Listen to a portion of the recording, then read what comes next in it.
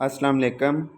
हमने स्टार्ट किए थे मेथड्स ऑफ मैथमेटिकल फ़िज़िक्स के पास्ट पेपर सॉल्व करने और आज हम करेंगे 2015 का पास्ट पेपर सॉल्व। तो इसका पहला जो है short question, find the function of T whose Laplace transformation is F of S is equal to E की पावर माइनस एक्स जज़र एस। अच्छा, उन्होंने कहा है एक फ़ंक्शन फाइंड करें of T whose Laplace transformation is this. तो it means कि हमने लैप्लास इन्वर्स ट्रांसफॉर्मेशन फाइंड करनी है। हमें लैप्लास ट्रांसफॉर्मेशन गिवन है और हमने इसकी लैप्लास इन्वर्स ट्रांसफॉर्मेशन फाइंड करनी है। अच्छा, मैंने इधर मेंशन भी किया है कि एक्सपोनेंशियल की पावर जो है माइनस एक्स जेज़ड एस की लैप्लास इन्वर्स लैप्लास ट्रांसफॉर्मेशन मुमकिन नहीं है। और अगर आपको लगता है मुमकिन है तो आप कर लें, ठीक है, क्योंकि मैंने 2 साल पहले सारे के सारे पेपर सॉल्व किए थे और मैंने इनको सबको प्रैक्टिस करके ही चेक किया था और 100% जब मैंने इसे कर लिया था तब ही मैंने ये लिखा है। इसमें कोई गलती नहीं, आप खुद भी चेक करना, आपसे भी इसकी इन्वर्स ट्रांसफॉर्मेशन नहीं फाइंड की जाएगी क्योंकि इसकी एग्जिस्ट ही नहीं करती। तो अब ये पेपर में तो क्वेश्चन आ गया था, तो हम फिर इसे कैसे करेंगे? ये जैसे मैंने लिखा है, अगर आपको इस तरह का कोई क्वेश्चन आ जाए तो आपने ऐसे करना होता है। क्या उस पर लैप्लास इन्वर्स का फार्मूला लगाएंगे? एटलीस्ट आपको फार्मूला तो आना चाहिए, तो फिर चेकर को ये पता लग जाएगा कि हाँ चलिए इसे इसे फार्मूला तो आता है, इसे क्वेश्चन को सॉल्व करने का मेथड तो आता है, ठीक है।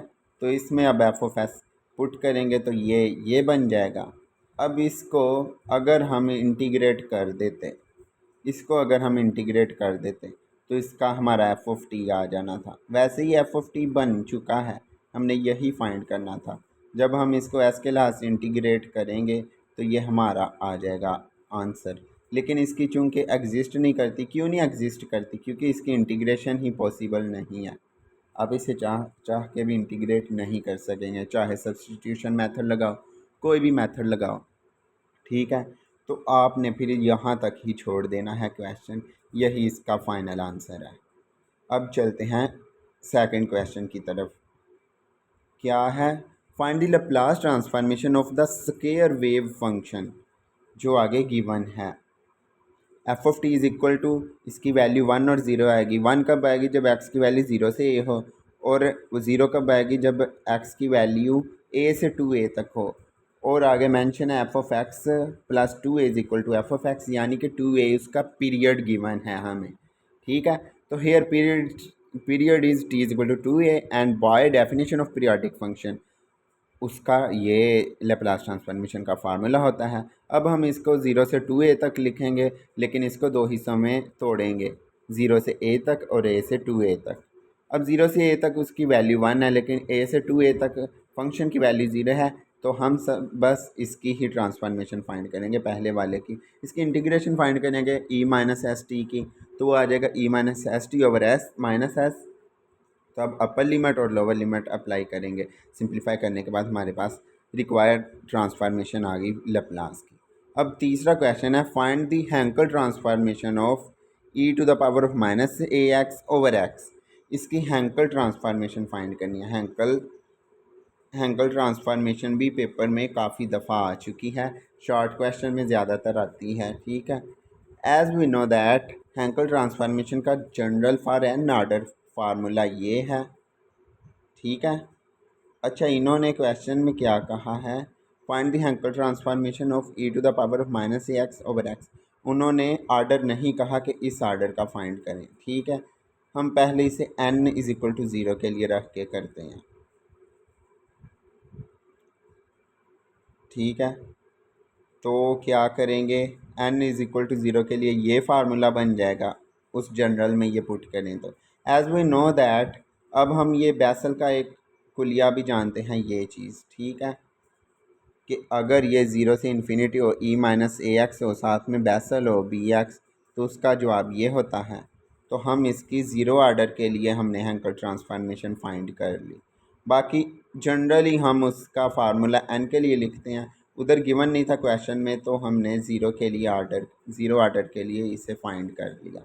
तो ये इसकी रिक्वायर हैंकल ट्रांसफॉर्मेशन है। अब क्या करेंगे, अगला क्वेश्चन है, ये कोई थ्योरम है। If f of x is piecewise smooth and absolutely integrable on the interval open interval then show that it's Fourier transformation f of k is bounded and continuous. Bounded और continuous prove करना है। तो हमने real analysis में भी पढ़ा है bounded और कंटिन्यूस कैसे प्रूव करते हैं। तो देन बाय डेफिनेशन प्रूफ है, बाय डेफिनेशन एफ ऑफ के जो है वो Fourier transformation of F function है, और इसको हम ये ऐसे लिख सकते हैं, इसका फार्मूला जब ओपन किया। अब इसे पार्ट 1 और पार्ट 2 करके इंटीग्रेशन बाय पार्ट्स करेंगे। ठीक है, इंटीग्रेशन बाय पार्ट्स और लिमिट भी हैं साथ, वो भी लिखेंगे इंटीग्रेशन बाय पार्ट्स करके। ये जो होती है ना अपर लिमिट लोअर लिमिट, ये लिमिट होती हैं दरअसल। तो अपर लिमिट इस पर अप्लाई करेंगे माइनस टाइम, फिर लोअर लिमिट अप्लाई करेंगे, लेकिन यहाँ पे ये इसे ऐसे ही रहने देते हैं। यहाँ पे जब हमने ये अप्लाई की तो क्या आएगा, यहाँ पर अब दोनों तरफ हमने मोड लगा दिया। मोड लगाने के बाद ये चीज़ देखें क्या आएगा, ये चीज़ इधर वाली राइट वाली ग्रेटर हो जाएगी। क्यों? क्योंकि जब हम यहाँ पे लगा लेते हैं मॉड, ठीक है, इंटीग्रेशन का आंसर माइनस भी आ सकता है, इसका आंसर लिमिट का, लेकिन जब हमने मॉड लगा लिया तो ये हर हाल में प्लस आएगा। जब ये प्लस आएगा तो ये ग्रेटर भी हो सकती है चीज़। ठीक है, आगे चलते हैं। आगे क्या होगा, वही बस उसे सिंप्लीफाई कर लिया, ऊपर वाली में मॉड अलग लगा लिया, नीचे वाली में अलग। और ये जो है ये चीज़ एक्सपोनेंशियल, इसको ख़त्म कर दिया। कैसे? एक्सपोनेंशियल, क्योंकि मॉड जो है एक्सपोनेंशियल का कहाँ गया है,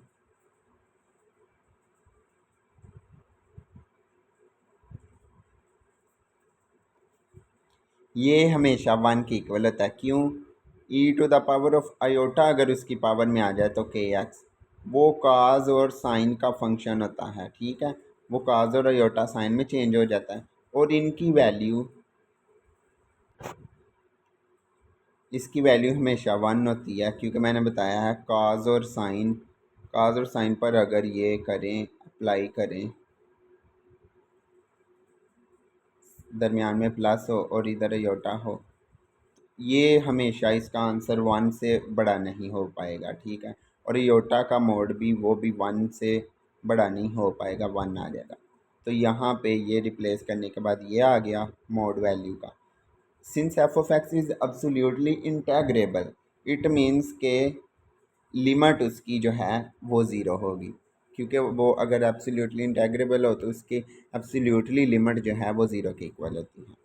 सो अब यहाँ पे ये चीज़ ज़ीरो हो गई, तो बस हमारे पास ये बच गया, पहली दो टर्म ज़ीरो होगी, लास्ट वाली टर्म बची और वो ये आ गई। तो f of k is less than और इक्वल टू दिस वन आया है। It means f of x is, ये तो हमें गिवन है कि f of x is piecewise and smooth, so this one is finite. So ठीक है, ये फाइनाइट होगा तो लिमिट अब दोनों तरफ अप्लाई करें। Limit some finite number for some finite number, limit apply करेंगे तो राइट साइड पे क्या आ जाएगा, ज़ीरो। राइट हैंड साइड पे ज़ीरो आ जाएगा। ठीक है, तो वो क्या बन जाएगा, अगर राइट हैंड साइड ज़ीरो है तो लेफ़्ट साइड भी एज के अप्रोचेस टू इन्फिनिटी कराएं तो वो ज़ीरो आता है। क्यों? क्योंकि ये नेगेटिव तो हो नहीं सकता, यहाँ तो ज़ीरो के इक्वल है, ज़ीरो से छोटा, तो सिर्फ ज़ीरो वाला ही हम केस लेंगे, नेगेटिव इसकी वैल्यू नहीं हो सकती क्योंकि ये एब्सोल्यूट है। ठीक है, तो फिर ये ज़ीरो आ जाएगा और एफ ऑफ के बॉन्डेड हो गया, क्योंकि वो डायरेक्ट ज़ीरो के इक्वल आ गया, बॉन्डेड भी हो गया और कंटिन्यूस भी हो गया। तो ये ही हमने प्रूव करना था, प्रूव हो गया। अब पांचवा क्वेश्चन है, using any perturbation method to solve differential equation. हम परटुर्बेशन सिंपल वाला मेथड लगाएंगे जो हमें आता है, वैसे इसके कई मेथड होते हैं और आसान मेथड है ये। क्या है, given y dash plus y is equal to 1/x, let solution. इसके लिए हम क्या करते हैं कि इसका सोल्यूशन कंसीडर करते हैं। अच्छा, इधर उन्होंने आर्डर नहीं बताया, हम फिर भी इसे दो से ज़्यादा बड़ा आर्डर के लिए नहीं करेंगे, कम से कम दो का आर्डर के लिए सोल्व करेंगे। ठीक है, तो 1 का ये सॉल्यूशन बन गया 2 वाला, और अब 2 को 1 में पुट करें तो यहाँ से एप्सिलॉन की पावर 0 का, 1 का और 2 का कोफिशिएंट कंपेयर करेंगे तो ये हमें मिलेंगे इक्वेशन 3 4 5। ये मैं अब नहीं बता रहा कैसे कंपेयर करते हैं, ये मैंने आपको पिछले लेक्चर में काफ़ी डिटेल से एक्सप्लेन कर दिया है। तो पहले वाले 3 से क्या आएगा, y not dash plus y not equal to 1/x, ये डिफरेंशियल इक्वेशन आएगी। d+1 इसकी करैक्टरिस्टिक इक्वेशन, और इसका सोल्यूशन आएगा वाई नॉट ऑफ सी। क्योंकि राइट साइड पे 1/x है तो इसका कम्प्लीमेंट्री सोल्यूशन भी निकलेगा।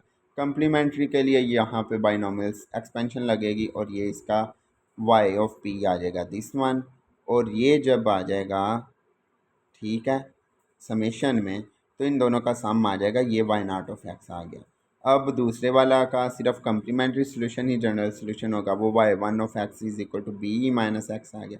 अब तीसरे वाला जो है वाई डै टू का, उसका भी सोल्यूशन आएगा, और ये आ गया वाई टू एक्स। अब इन तीनों की वैल्यू को इक्वेशन 2 में पुट करेंगे, हमारा रिक्वायर आंसर आ जाएगा। उसमें पुट करने के बाद हमारा रिक्वायर आंसर आ गया। अब लॉन्ग क्वेश्चन की बारी आ गई, करते हैं solve green function associated with boundary value problem defined by this equation. और आगे एफ ऑफ एक्स है, जनरल दिया गया है। जब जनरल दिया जाए तब हम, मैंने आपको बताया हुआ है, फिर हम वो वाला फार्मूला नहीं लगाते, 4 प्रॉपर्टीज़ या 6 प्रॉपर्टीज़ नहीं लगाते, बल्कि ये वाला ग्रीन फंक्शन का फार्मूला लगाते हैं, y n of t into y of x, y n of x over lambda n. ठीक है, तो हम इसे सॉल्व करते हैं क्योंकि राइट साइड पे एफ ऑफ एक्स है। Also solve the problem when f of x is sine 2 लिखा है या क्या लिखा है, चलेंगे बाद में देखेंगे, पहले इसे सॉल्व करते हैं। चूँकि ये है गिवन है, the operator on left hand side is the self adjoint operator under given boundary condition, and so we find the eigen functions. उसे हम लैम्डा वाई पुट कर देते हैं। हम कई बार उसे माइनस लैम्डा वाई भी पुट कर सकते हैं और कई बार लैम्डा वाई भी, ये आपकी मर्ज़ी है, जो मर्ज़ी पुट कर सकते हैं। तो इससे डिफरेंशियल इक्वेशन मिलेगी जिसकी करैक्टरिस्टिक इक्वेशन ये बनेगी, और इसको हम काज और साइन की शक्ल में इसका सोल्यूशन लिख सकते हैं। Now as y of zero is equal to zero, and इस ये इम्प्लाई करेगा कि ये ए ज़ीरो आ गया है। ए ज़ीरो आ गया है तो दूसरी कंडीशन जब अप्लाई करेंगे तब बी ज़ीरो नहीं करेंगे फॉर नॉन ट्रिवियल सोल्यूशन। तो यहाँ से अब लैम्डा की वैल्यू फाइंड करेंगे। Sine this one equal to zero, तो ज़ीरो की जगह एन पाई आ जाएगा, साइन ख़त्म हो जाएगा, और पाई पाई से कैंसिल, और यहाँ से लैम्डा एन की value 1/n 4 minus n square आ जाएगी, where n is equal to 1 2 3 up to so on. Also ये जो है एन इसके इक्वल है। Then thus eigen function are this one, y of x is equal to b sine n x, और n की जगह हम पुट कर सकते हैं, वी अप्लाई नॉर्मलाइजेशन। पहले नॉर्मलाइजेशन कर लें, एन को बाद में रिप्लेस करेंगे, अभी एन को एन ही रहने देते हैं। ये बी स्क्वायर बाहर चला जाएगा और इसका ये फार्मूला ओपन हो जाएगा, डबल एंगल वाला फार्मूला से इंटीग्रेशन काफ़ी आसान हो जाएगी। और इंटीग्रेशन करने के बाद जब हमने लिमिट पुट करनी है, ठीक है, तो पहले इसकी जगह पाई अप्लाई किया तो ये पाई हो गया, फिर इधर पाई करेंगे तो 2n पाई, ये ज़ीरो हो जाएगा। अब माइनस लोअर लिमिट पुट करनी है, एक्स की जगह ज़ीरो पुट करेंगे, ज़ीरो आ जाएगा, और इधर भी ज़ीरो पुट करेंगे तो वो भी ज़ीरो, सिर्फ पाई बचेगा। ठीक है, तो हमारे पास आ गया बी स्क्वायर ओवर, ये सिंप्लीफाई करने के बाद बी की वैल्यू जैसे 2/पाई आ गया, जो कि ज़ीरो से बड़ा है या इक्वल है ज़ीरो, लेकिन ये इक्वल नहीं हो सकता, बड़ा है। Thus y of n of x is equal to b की जगह उसकी वैल्यू आ गई, साइन एन एक्स आ गया। As Green function in terms of eigen function are given by this formula, तो इसमें इसकी वैल्यूज़ रिप्लेस कर देंगे, वैल्यूज़ रिप्लेस करने के बाद सिंप्लीफिकेशन करेंगे। ठीक है, सिंप्लीफिकेशन के बाद ये जो कॉमन आता है उसे कॉमन लिख देते हैं बाहर। Now as the solution of non homogeneous differential equation satisfying homogeneous boundary condition is this one. ठीक है, डिफरेंशियल इक्वेशन की होमोजीनियस नॉन होमोजीनियस का वो सेटिस्फाई करेगा homogeneous boundary condition, take f of t is equal to sine 2। ठीक है, जो हमारा ग्रीन फंक्शन आया उसकी वैल्यू रिप्लेस करेंगे, और साथ में एफ ऑफ टी जो उन्होंने कहा था लास्ट पे कि also for f of t is equal to sine two t के लिए भी इसे सॉल्व करें तो साइन टू टी लगाएंगे, जो इंडिपेंडेंट ऑफ टी है उससे बाहर निकाल देंगे, बाकी का वो इंटीग्रेशन बाय पार्ट्स करेंगे। अच्छा, ये है sine n t into sine two t. Here integrand has a value only for n is equal to two. ठीक है, for n is equal to two and remaining terms are vanish. ये चीज़ आप गौर से समझे, इधर क्या लिखा है, इधर साइन एन टी है, इधर साइन टू टी है, सारा कुछ सेम है, बस एन और टू में डिफरेंस है। अगर एन और टू को मैं एम लिख देता हूँ, ये दोनों नॉट इक्वल होंगे, उस केस में इस इंटीग्रल का आंसर ज़ीरो आ जाएगा। यानी कि अगर एन और टू आपस में इक्वल नहीं हैं तब इसका आंसर ज़ीरो आ जाएगा। लेकिन जब एन और टू दोनों बराबर हो गए, एन और टू दोनों बराबर, यानी कि ये भी टू हो गया, ये भी टू ऑलरेडी है, तो इसका स्केयर बन जाएगा, और स्केयर करके हम इसे डबल एंगल में कन्वर्ट करके इसी की इंटीग्रेशन फाइंड कर सकेंगे, जिसका कुछ आंसर आएगा। तो हेयर यही लिखा है, integrate has a value only for n is equal to two, otherwise वो ज़ीरो हो जाएगा, ये लिखा है ये कंसेप्ट। ठीक है, आप उसे चाहे डिफरेंट वैल्यू के लिए कर भी लेना, थ्री के लिए रख के कर लेना एन की थ्री, तो वो ज़ीरो आएगा। ठीक है, तो अदर के लिए वैनिश हो जाएगा, बस n is equal to two के लिए ये आएगा। तो क्या आएगा, इसकी value pi by two. Pi by two कैसे, क्योंकि हमने अभी अभी पीछे इसको सॉल्व किया है, वो जज़र टू बाई पाई आया है, किधर गया है,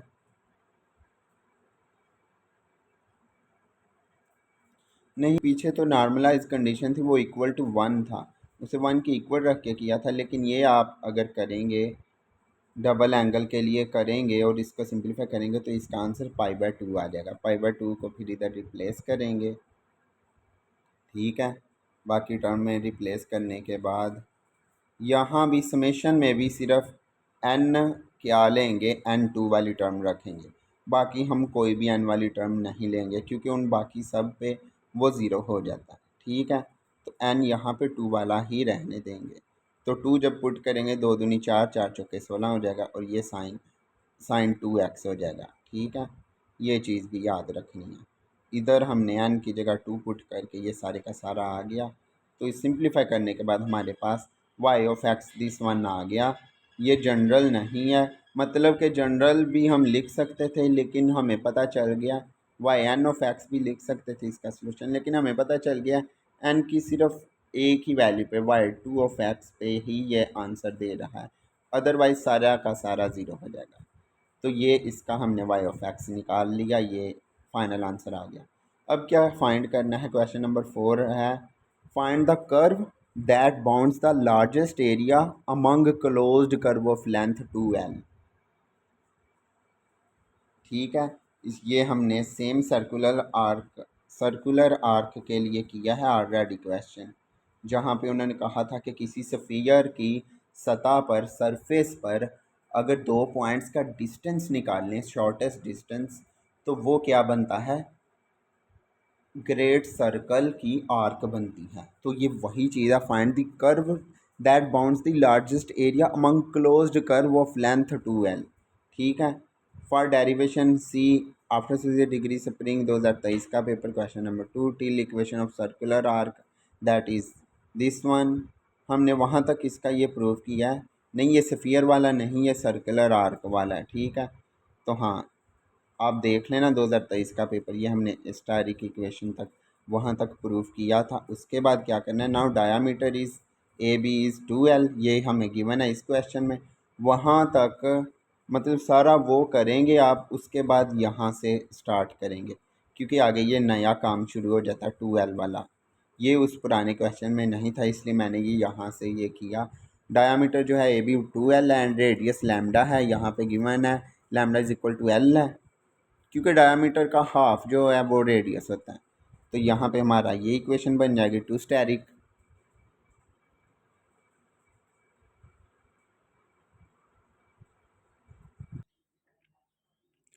तो यहाँ से आ गया था radius lambda is equal to l, और यहाँ पे सर्कल की इक्वेशन ये बन जाएगी टू स्टेरिक।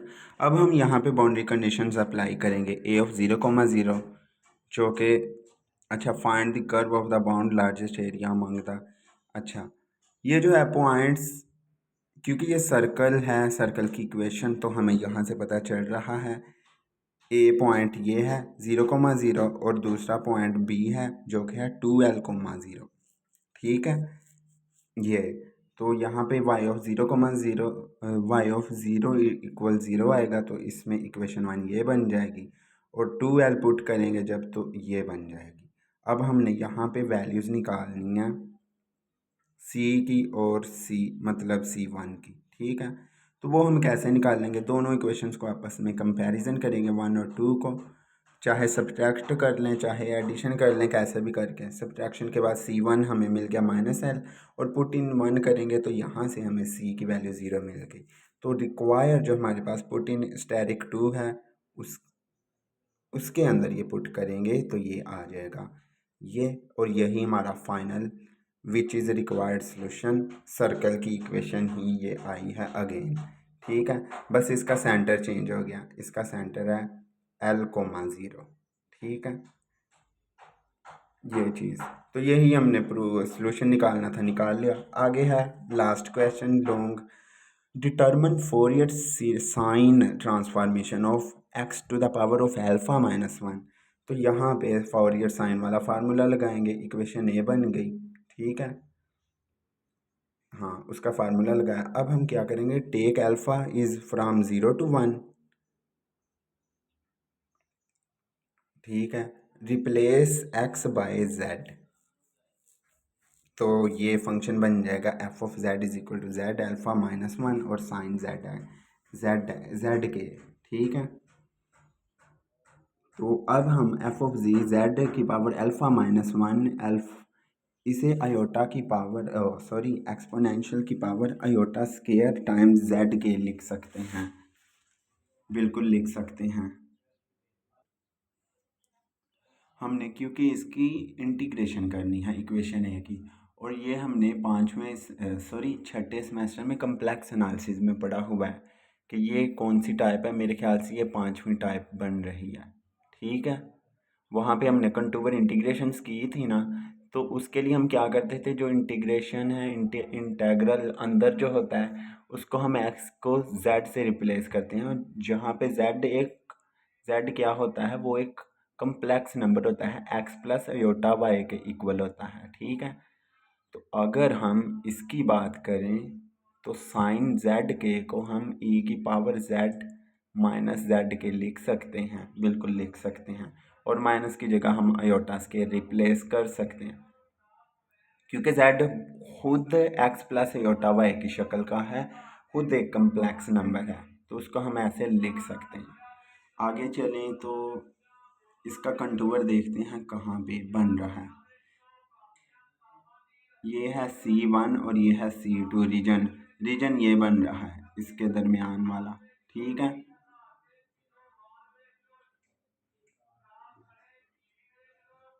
ये इसका रीजन बन रहा है। It is closed contour by Cauchy residue theorem, फिर यहाँ पे रेजिड्यू थ्योरम लगेगा काशी का, तो वो क्या होगा C1 एप्सिलॉन से R तक और C2। ठीक है, इनका समेशन आगे क्या है प्लस लास्ट टर्म ये वाली R से एप्सिलॉन, कैसे, यानी कि पहले ये बनेगा, फिर दूसरा ये, तीसरा ये और चौथा ये 4 टर्म बनेगी इंटेग्रल की। हमने पढ़ा हुआ है कैसे करते हैं इन कंटूवर इंटीग्रेशन को सॉल्व। ठीक है, तो अब आगे चलते हैं।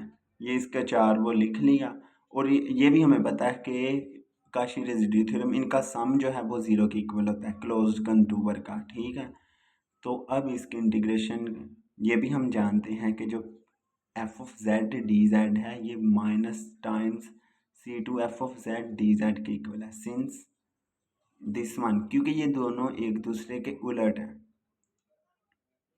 C1 और C2 की जो है ये जो एरो लगे हैं ये दोनों एक दूसरे के उलट हैं, तो ये एक दूसरे के माइनस टाइम आएगा। ठीक है, ये हमने वैसे भी उसकी प्रॉपर्टीज भी पढ़ी हुई थी। ठीक है, इसे साइड पे कर लें। ये C1 वाला C2 के माइनस टाइम इक्वल होगा because C1 and C2 are in opposite direction. ठीक है, तो वो ऑपोजिट डायरेक्शन है, तो सो एप्सिलॉन का आर से और आर का एप्सिलॉन से ये रहेगा, वो दोनों आपस में कैंसिल हो जाएंगे। ठीक है, वन वाला और टू वाला वन टर्म और थर्ड टर्म आपस में कैंसिल हो जाएगी एक दूसरे का ऑपोजिट होने की वजह से, बाकी दो टर्में बच गई, वो इधर लिख दी। अब क्या है, एप्सिलॉन चूंकि जीरो अप्रोच करता है and r approaches to infinity कर रहा है, क्योंकि यही तरीका है इसको कम्प्लेक्स प्रॉब्लम को सॉल्व करने का, इनको ये अप्रोच कराना होता है। अगर हम एप्सिलॉन को ज़ीरो अप्रोच कराते हैं एंड आर को इन्फिनिटी अप्रोच कराते हैं, देन क्या होगा, हमारी लिमिट ये चेंज हो जाएगी ज़ीरो से इन्फिनिटी और इन्फिनिटी से ज़ीरो तक की। ठीक है, तो क्या आएगा, ज़ीरो से इन्फिनिटी के लिए ये आगे लिखा हुआ है, और दूसरा जो है ज़ीरो से इन्फिनिटी वाले को अगर हम कंसीडर करें तो उसको हम ऐसे लिख सकते हैं। कैसे, हमने क्या किया है,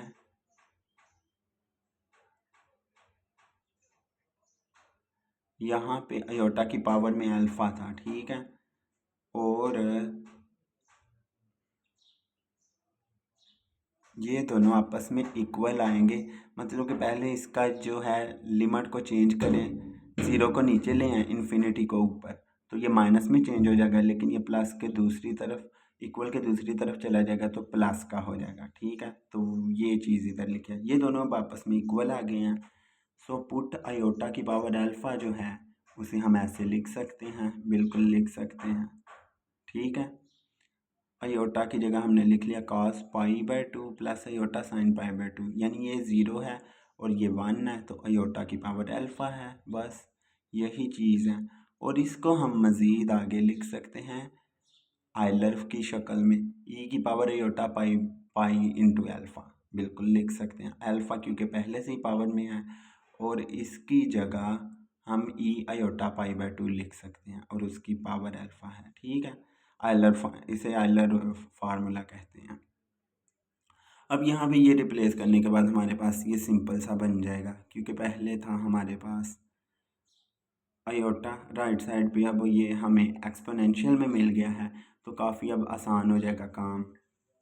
ये जो है चीज़ क्या आ जाएगी, इसको हमने ये सिंप्लीफाई किया और इसको लेफ़्ट वाले को दोबारा से ओपन कर लिया अल्फ़ा वाले को। ठीक है, अब हमने इसको अल्फ़ा को भी अंदर एंगल में लिख दिया, पहले वो पावर में था अब उसको हमने एंगल के अंदर लिख दिया। ठीक है, और इंटीग्रेशन जो है इधर जो है वाई वाला है उसे हम खोल लेंगे एक्सपोनेंशियल को, तो ये बन जाएगा comparing real and imaginary part, दोनों तरफ के रियल और इमेजिनरी पार्ट को अलग करेंगे। रियल पार्ट से हमें क्या मिलेगा, for imaginary part because of sine transformation. अच्छा, यहाँ पे साइन ट्रांसफॉर्मेशन के इमेजिनरी पार्ट को अलग करना है, इमेजिनरी पार्ट अलग करेंगे तो वो क्या है, sine pi by two into alpha, ये दोनों आपस में इक्वल आ जाएंगे, यानी यहाँ से भी लेफ़्ट साइड से भी इमेजिनरी पार्ट लिया अयोटा वाला और राइट साइड से भी अयोटा वाला लिया, तो वो आपस में इक्वल हो जाएंगे। पुट इन इक्वेशन है, तो किधर है, हमने साइन ट्रांसफॉर्मेशन फाइंड करनी थी ना, इसलिए क्योंकि हमें क्वेश्चन में गिवन है हमें साइन ट्रांसफॉर्मेशन फाइंड करना है, तो इसलिए बस हमने कंपेयरिंग में सिर्फ इमेजिनरी पार्ट लिया। ठीक है, तो इमेजिनरी पार्ट को जब लेंगे इसको पुट इन इक्वेशन ए कर देंगे, इक्वेशन ए के अंदर पुट करने के बाद हमें क्या मिलेगा, ये चीज़।